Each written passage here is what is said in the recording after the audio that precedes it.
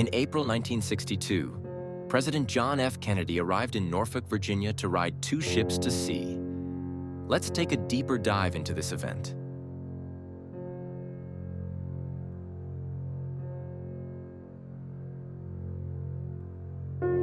President John F. Kennedy's engagement with naval ships in April 1962 was a significant moment in his presidency, reflecting the broader geopolitical landscape of the Cold War.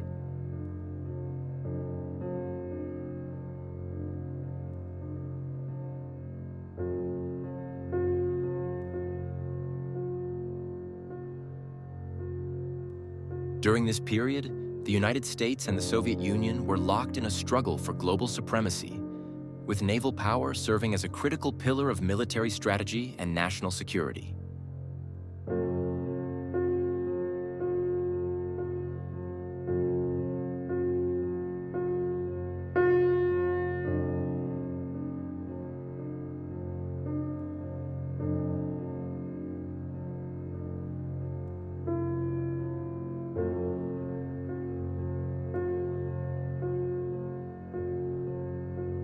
Kennedy, keenly aware of the need to project strength and deter Soviet aggression, prioritized the U.S. Navy's readiness and technological advancement. His visits to naval vessels were not merely ceremonial. They underscored his administration's commitment to maintaining a robust military presence at sea.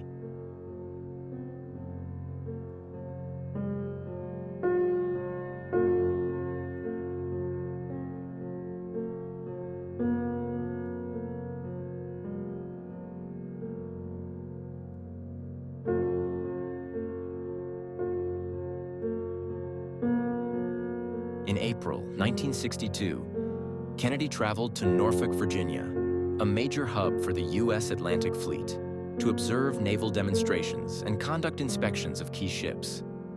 These events included live exercises showcasing the Navy's capabilities, such as maneuvers, weaponry displays, and operational coordination.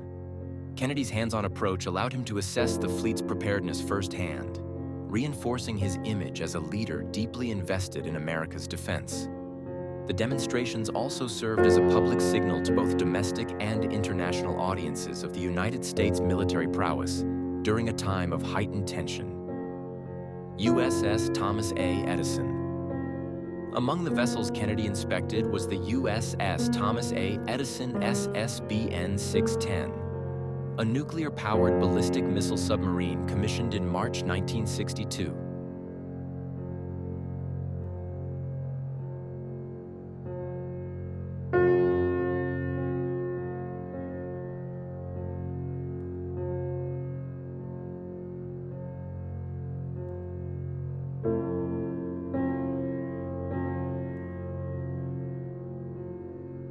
Named after the famed American inventor, this Ethan Allen-class submarine represented the cutting edge of naval technology.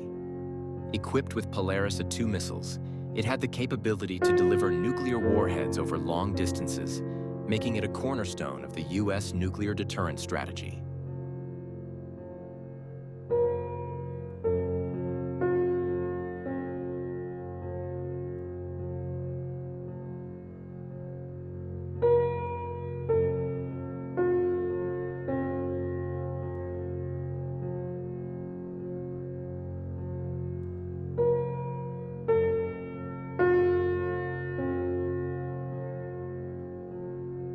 Kennedy's presence aboard the USS Thomas A. Edison during his Norfolk visit highlighted the growing centrality of nuclear submarines in the Navy's arsenal.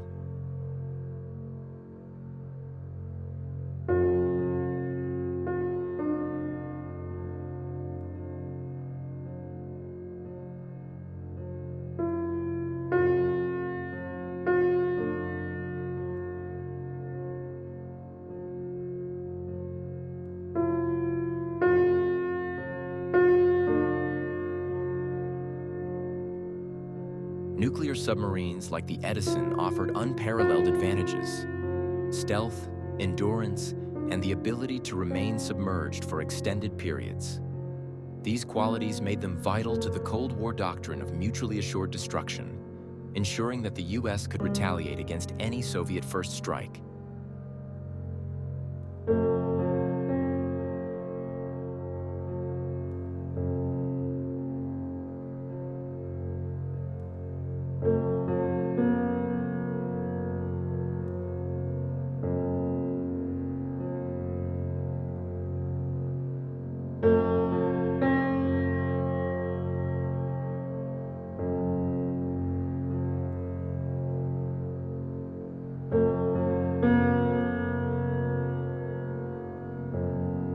Kennedy's inspection of the vessel emphasized his administration's investment in modernizing the Navy and adapting to the evolving demands of nuclear-age warfare.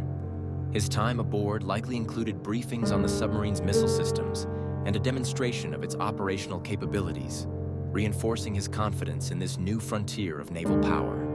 USS Northampton.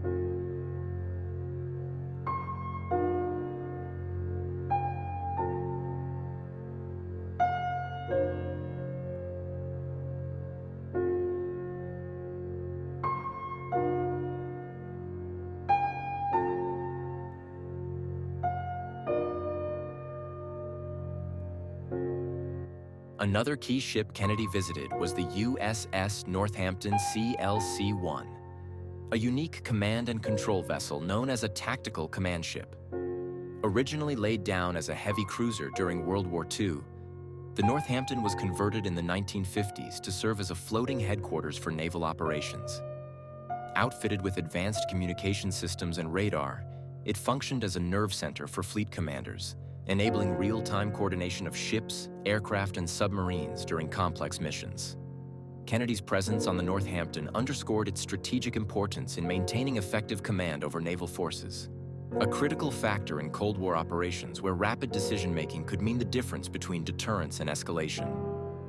During his inspection, Kennedy observed the ship's sophisticated equipment and received briefings from senior officers on its role in fleet management. The Northampton's design reflected the Navy's shift toward integrated, technology-driven warfare, and Kennedy's visit affirmed its place in his vision for a modern, responsive military. Notably, the ship had also served as a potential emergency command post for the president in the event of a national crisis, highlighting its dual role in both naval and national security contexts. Cold War context. The naval activities of April 1962 occurred against a backdrop of escalating Cold War tensions. The United States and the Soviet Union were engaged in an arms race that extended across land, air, and sea, with each side seeking to outmatch the other in military capability and strategic positioning. Kennedy's focus on naval strength was a direct response to Soviet advances, including the expansion of their own submarine fleet and the deployment of naval forces in key regions like the Atlantic and Caribbean. His administration viewed a powerful Navy as essential to protecting American interests, securing maritime trade routes, and countering Soviet influence worldwide. The events in Norfolk predated the Cuban Missile Crisis of October 1962 by 6 months, but they were part of the broader buildup of mistrust and brinkmanship that characterized U.S.-Soviet relations. Earlier that year, intelligence reports had begun to indicate increased Soviet activity in Cuba, though the full extent of their missile installations would not be revealed until later. Kennedy's emphasis on naval preparedness in April, demonstrated through his inspections and the showcasing of ships like the USS Thomas A. Edison and USS Northampton, laid the groundwork for the decisive role the Navy would play during the crisis. When the quarantine of Cuba was enacted in October, the fleet's readiness proved instrumental in enforcing the blockade and averting a potential nuclear conflict. Moreover, Kennedy's naval focus aligned with his broader Cold War strategy, which blended military strength with diplomatic agility. The demonstrations he witnessed in Norfolk were not just about hardware. They symbolized America's resolve to stand firm against Soviet expansionism while maintaining the flexibility to respond to emerging threats. In this sense, the events of April 1962 were both a practical exercise in military oversight and a strategic statement of intent, setting the stage for the dramatic confrontations that would follow later that year.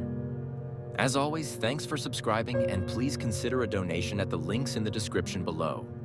This will help our channel grow. Thank you and have a great day.